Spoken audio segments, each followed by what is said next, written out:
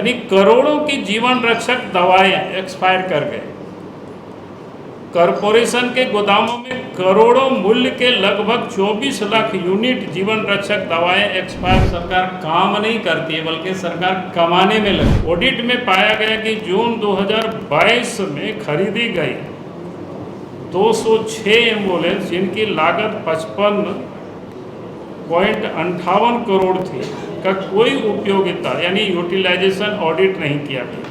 तो हमारी मांग है कि कुल ऑडिट की पूरी रिपोर्ट सरकार को सार्वजनिक करना चाहिए। पूरे मामलों की जांच सीबीआई से राज्य सरकार को करानी चाहिए। तो जिस दिन भी झारखंड में जनता भारतीय जनता पार्टी को अवसर देगा तो इस प्रकार की जितनी भी गड़बड़ियाँ हुई है तो फिर किसी को छोड़ा नहीं जाएगा। भाई हमने कई एक पत्र लिखा है मुख्यमंत्री जी को, कई एक गड़बड़ियों को सीबीआई से जांच के लिए। तो मैं कहूँगा कि उन सारे पत्र को भी निकाल करके और सीबीआई को जांच के लिए रेफर कर दे। जब से हेमंत सोरेन मुख्यमंत्री बने हैं अपनी तिजोरी को भरने में लगे हुए हैं, जिस कारण से आज झारखंड सरकार की जो तिजोरी वो खाली पड़ा हुआ है। क्योंकि झारखंड प्रदेश की जो हालत है पिछले 6 वर्षों से हेमंत सोरेन जी की सरकार में जो बना करके रखा है, खास करके करप्शन को लेकर के, ऐसे तो हर चीज़ ही यहाँ बिगड़ा हुआ है। चाहे कानून व्यवस्था हो, चाहे भ्रष्टाचार हो, चाहे विकास का काम हो, सब कुछ ठप पड़ा हुआ है। और उसका बड़ा कारण है वो करप्शन। कानून व्यवस्था भी खराब है तो वो करप्शन के कारण, काम भी अगर नहीं होता है तो करप्शन के लिए, यानी भ्रष्टाचार इस कदर से व्याप्त है। कभी कभी तो ऐसा लगता है कि भ्रष्टाचार के बारे में यानी क्या बोले क्या नहीं बोले, इसलिए बोलते हैं वो भी कम पड़ जाता है। जगह जगह पर जो भ्रष्टाचार के जो किस्से होते हैं वो प्रत्येक दिन लोग मोबाइल के व्हाट्सएप में लोग भेज दिया करते हैं, विद फोटो के साथ भेजते हैं, प्रूफ के साथ भेजते हैं। कुछ को तो मैं ट्विटर में डालता हूँ, कुछ एक मुख्यमंत्री को पत्र लिखता हूँ, विभाग को पत्र लिखता हूँ, कुछ तो मुझे यूँ ही छोड़ देना पड़ता है क्योंकि विषय इतने अधिक होते हैं तो कभी कभी खुद को भी समझ में नहीं आता है आखिर इस राज्य में हो क्या रहा है। राज्य में जो बैठे हुए सरकार है यानी इसको समाप्त करने के लिए, इसको ठीक करने के लिए, दुरुस्त करने के बजाय भ्रष्टाचार को और प्रोत्साहित करो, उसको और आगे बढ़ाओ। लगता है कि सरकार इसी काम में लगे हुए। और इसलिए मैं एक बात कहा करता हूं कि सरकार काम नहीं करती है बल्कि सरकार कमाने में लगी हुई। हम सब लोग पिछले दिनों जब चल रहा है उस मामले को आप सबके ध्यान में है, ट्रेजरी घोटाला, जो लगातार जिसके कहते हैं पैसे की जो निकासी हो रही है। सरकार जांच करा रही है, फलाफल क्या निकलेगा नहीं पता है, क्योंकि उम्मीद नहीं कर सकते इस सरकार से। क्योंकि ये जो वर्तमान सरकार है, जब वही सारे पदाधिकारी पदस्थापित रहेंगे, उनके ऊपर कोई कार्रवाई नहीं करेंगे तो फिर करप्शन कैसे समाप्त होगा, सरकार से कैसे उम्मीद कर सकते। आज आप सब लोगों के बीच में हेल्थ विभाग का जो भ्रष्टाचार है उसको आपके सामने थोड़ी सी प्रकाश में लाना चाहता हूँ। आप सबको ध्यान में होगा कि इस समय ऑडिट भी चल रहा है स्पेशल, और उसमें भी जो जानकारी मिली है, जो नामकुम वाले किसी सड़क पर वहाँ पुलिस छावनी बना दिया गया ताकि कोई वहाँ प्रेस व्रेस भी नहीं पहुँचे, ताकि लोगों को ये पता ना चल सक जाए कि यहाँ कुछ हो रहा। यानी क्यों सरकार इतनी भयभीत है, क्यों डरी हुई है, क्यों सहमी हुई है? भाई सरकार को तो खोल के बतानी चाहिए, दिखानी चाहिए कि भाई गड़बड़ी है, जिन लोगों ने गड़बड़ी किया तो उनके ऊपर कार्रवाई करनी चाहिए। तो आप सब ने देखा होगा कि Jharkhand medical and health infrastructure development and procurement corporation limited, नाम ही इतना लंबा है कि हमारे जैसा व्यक्ति के लिए उच्चारण करना भी बड़ा मुश्किल होता है। उसका शॉर्ट नाम भी है JMHIDPCL। आप सोचे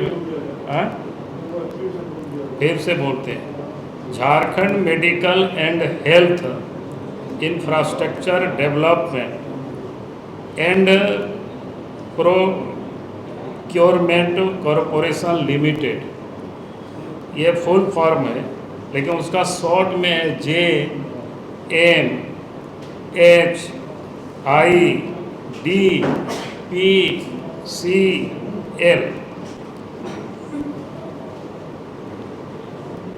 तो इसमें जो कंसल्टेंट जिसको बनाया गया है,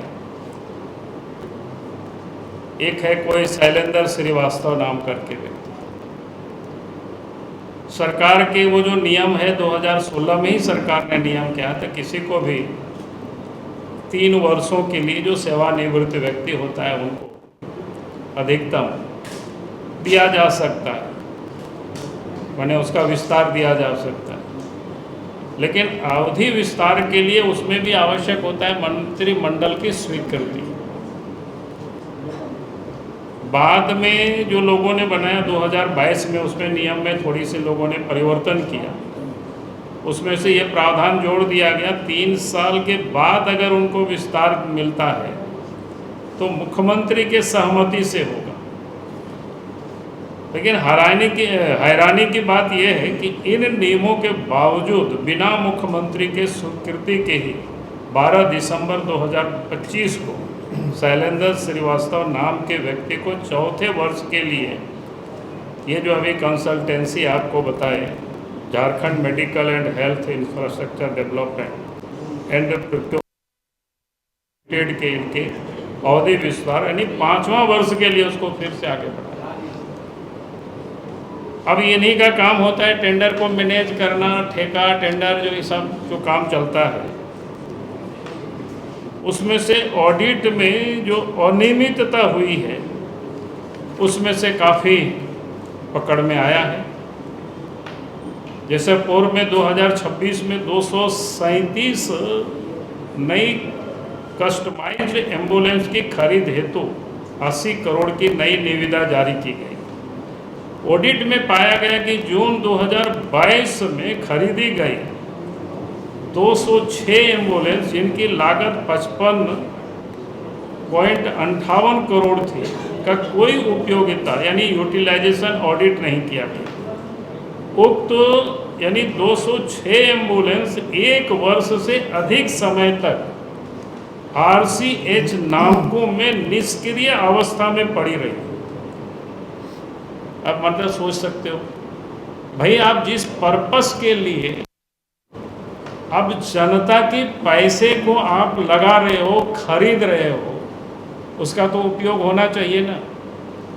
उसका उपयोग नहीं होता है, उसका यूं ही पड़े पड़े गाड़ी सड़ रहा है, इसकी कोई ऑडिट नहीं होता है, और उसके बाद फिर से आप खरीदने के लिए आप आगे बढ़ते हो। यानी किस प्रकार से लूट जिसको कह सकते हैं झारखंड में मचा हुआ है। और इसीलिए ऐसे व्यक्ति को नियम कानून पर ताक में रख करके ऐसे व्यक्तियों को नियुक्ति ही नहीं की जाती है, बल्कि सेवा विस्तार लगातार उनको दिया जाता है ताकि वो गड़बड़ करे, लूट करे, कमावे और फिर दे। कई एक नियमों में हेर फेर हुआ कि वो सारी चीज़ें आई हैं। L1 जो बोलती दाता यानी टेंडर में आप सब लोग जानते होंगे, मिसेस सनातन बस बॉडी बिल्डर प्राइवेट लिमिटेड अनिवार्य 20 करोड़ वार्षिक टर्नओवर की शर्त पूरी नहीं करता था। उसका औसत टर्नओवर मात्र 8.38 करोड़ पाया गया। यानी संबंधित कंपनी के पास एम्बुलेंस निर्माण का ना ही कोई बस बिल्डिंग का प्रमाण था। यानी ऑडिट में सब कुछ पाया गया, लेकिन अब ऐसे व्यक्ति को बना करके रखना, बैठा करके रखना, एक प्रकार से यानी पूरा विभाग को या पूरे राज्य की जनता की गाढ़ी कमाई का पैसा को लुटाना। दवा खरीद, भंडारण, डिजिटल रिकॉर्ड में भी भारी गड़बड़ी केग ने पाया। 11 मार्च 2026 को किए गए सत्यापन ऑडिट में कई चौंकाने वाले तथ्य सामने आए। यानी करोड़ों की जीवन रक्षक दवाएं एक्सपायर कर गए। कॉरपोरेशन के गोदामों में करोड़ों मूल्य के लगभग 24 लाख यूनिट जीवन रक्षक दवाएं एक्सपायर पाई गई, जबकि ई औषधि सॉफ्टवेयर में expiry alert, self life monitoring जैसे सुविधाएं उपलब्ध थी। यानी ये सारे कुछ उपलब्ध है, आपको सब कुछ, यानी क्या कहते हैं आजकल तो ऐप में आपको बताता है कि भाई आप अपना अपॉइंटमेंट भी लोग डाल देते हैं कि भाई आप रोज़ आपका अपॉइंटमेंट आ जाएगा कि भाई कब क्या है। तो इतनी सारे कुछ होने के बाद भी अगर ये सारे बर्बाद हो रहे हैं दवा,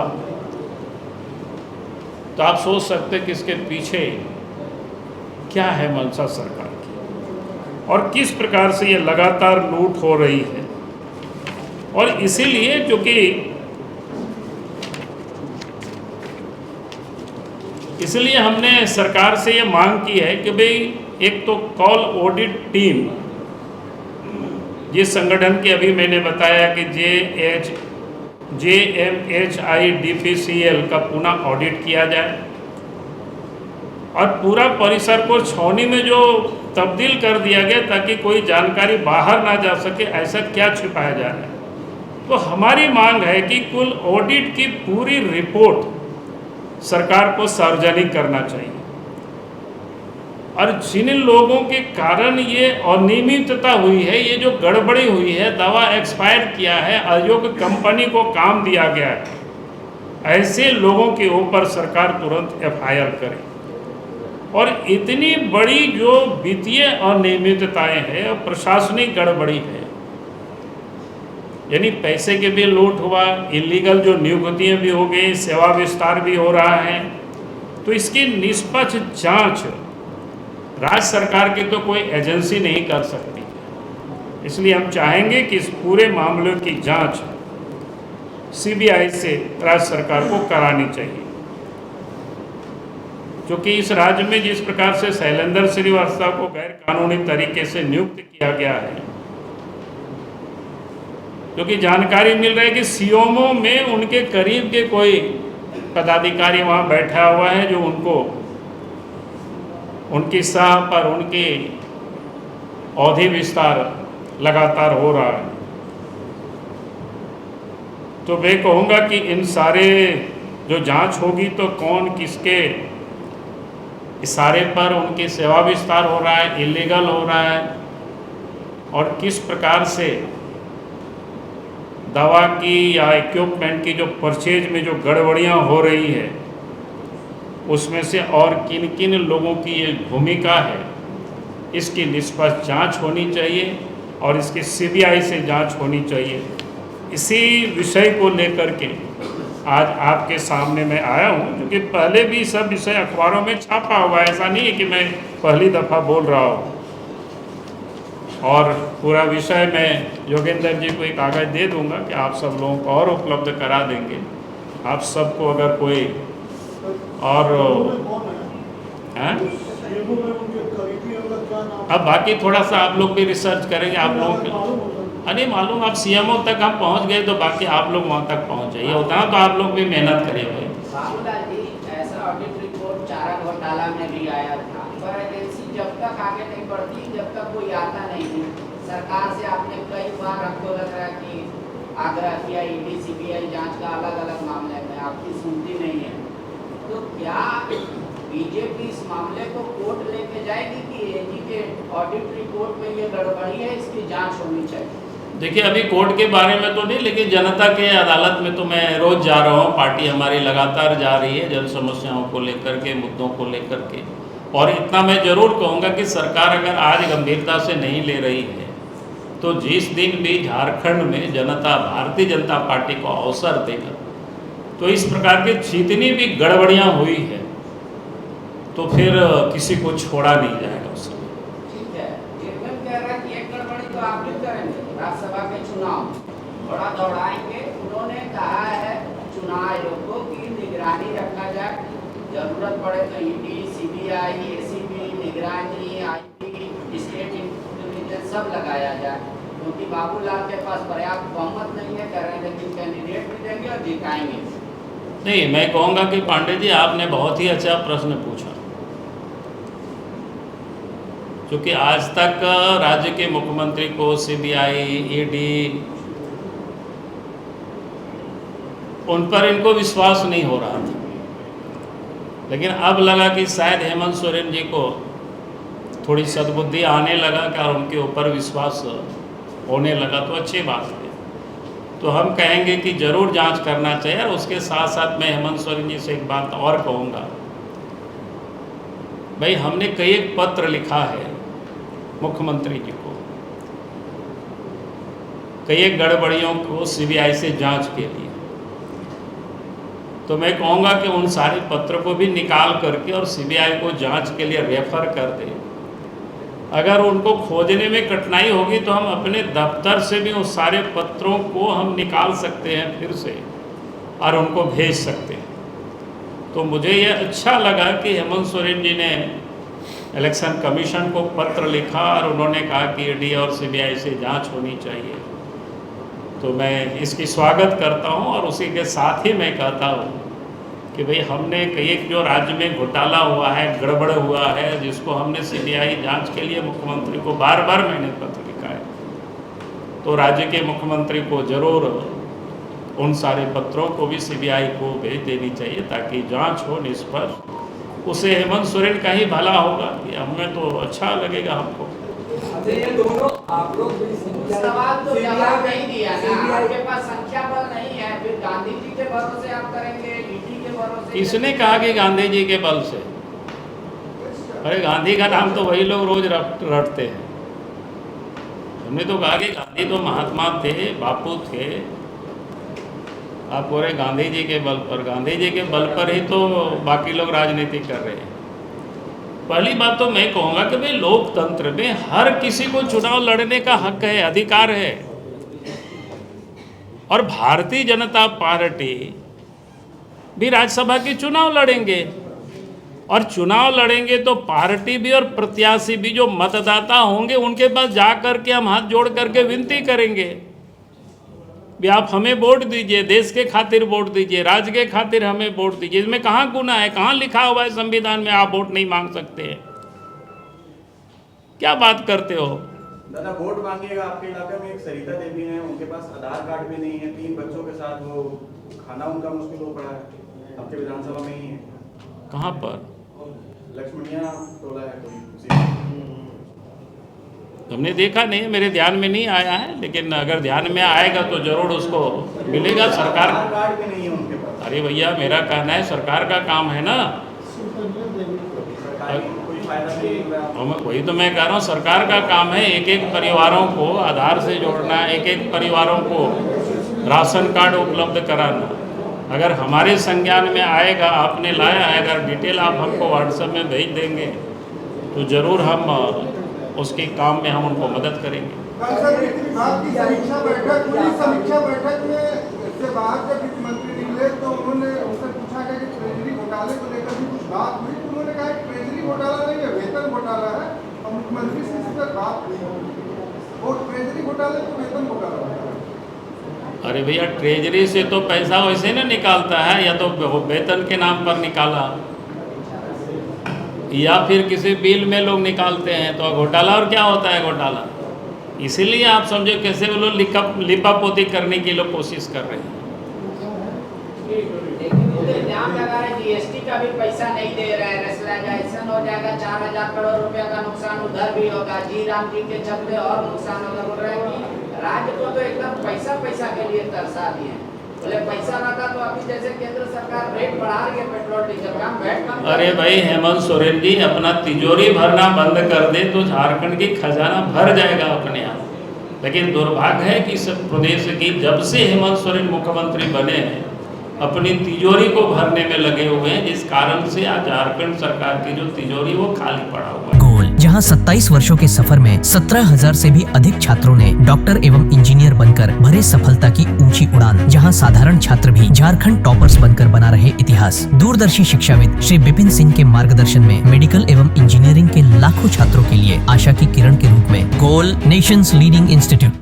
बायोम इंस्टीट्यूट नीट की तैयारी के लिए एक भरोसेमंद नाम। यहाँ अनुभवी फैकल्टी, स्मार्ट क्लासरूम और बेहतरीन टीचिंग मेथड से स्टूडेंट्स को मिलती है मजबूत तैयारी। यहाँ हर स्टूडेंट को मिलता है पर्सनल गाइडेंस और डाउट क्लियरिंग का पूरा सपोर्ट। नीट 2027 और 28 के लिए फेज 2 बैच 30 अप्रैल से शुरू हो रहा है। आज ही बायोम इंस्टीट्यूट से जुड़े और अपने डॉक्टर बनने के सपने को दे सही दिशा। बायोम इंस्टीट्यूट सिर्फ मेडिकल प्रिपरेशन का संस्थान।